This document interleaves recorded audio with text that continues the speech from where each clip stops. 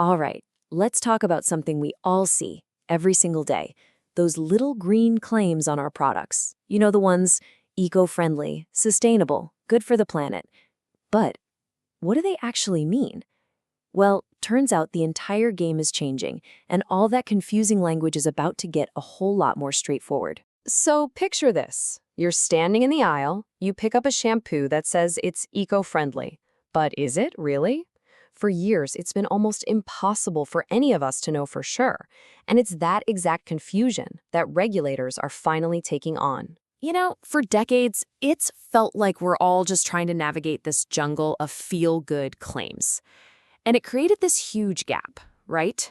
A gap between what a product says it is and what it actually is. It left a lot of us feeling pretty confused and, honestly, a little skeptical. And this really gets to the core of it. On one side, you've got the greatest hits of vague marketing. And on the other, you have the questions that probably pop into your head.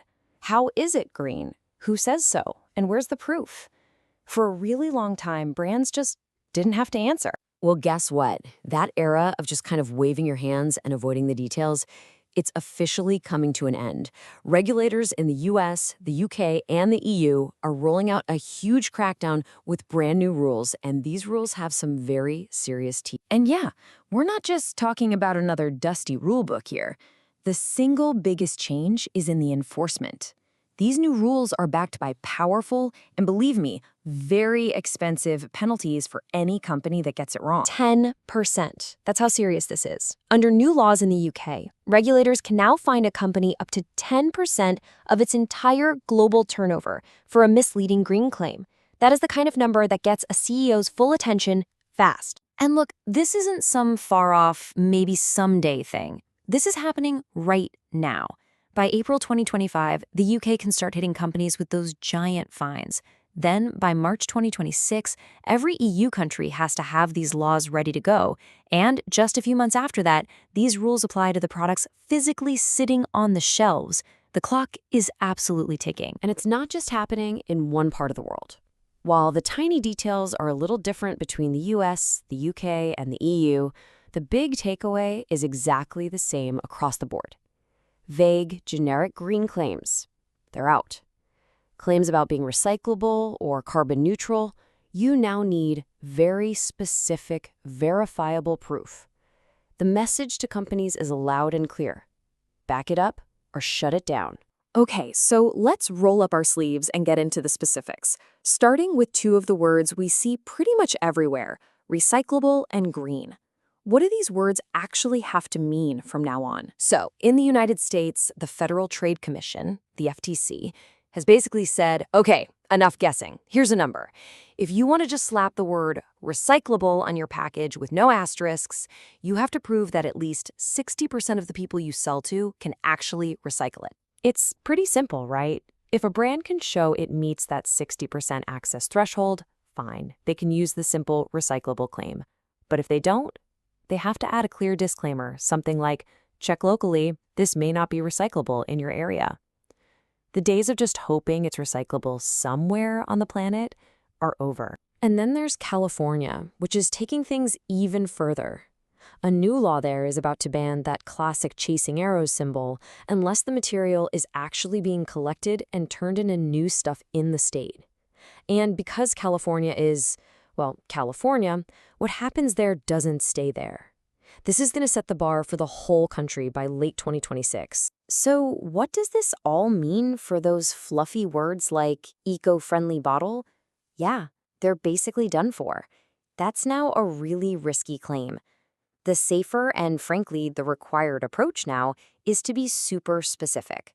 A claim like, bottle made with 35% recycled plastic, is clear, it's provable, and it tells you exactly what you're buying. That's the new gold standard. All right, let's move on to the really tricky one of the most complex and honestly, one of the most controversial green claims out there, carbon neutral. This is where the new rules get really fascinating. First things first, we gotta understand this thing called carbon offsets. Think of it like this. A company makes a mess over here by creating emissions, so they pay someone to clean up a different mess over there, like via planting a forest. They use that to balance out their own pollution. For a long time, this was how pretty much every carbon-neutral claim was made. Okay, but here's the real bombshell. The European Union is banning it. That's right. Starting in late 2026, companies will not be allowed to call a specific product carbon neutral or carbon positive if that claim is based on buying these offsets. They can still buy offsets, sure, but they just can't use them to market a product on the shelf as being neutral. Now, in places where you can still make these claims, like the UK and the US, the rules have gotten incredibly strict. A company can't just throw carbon neutral on the label anymore.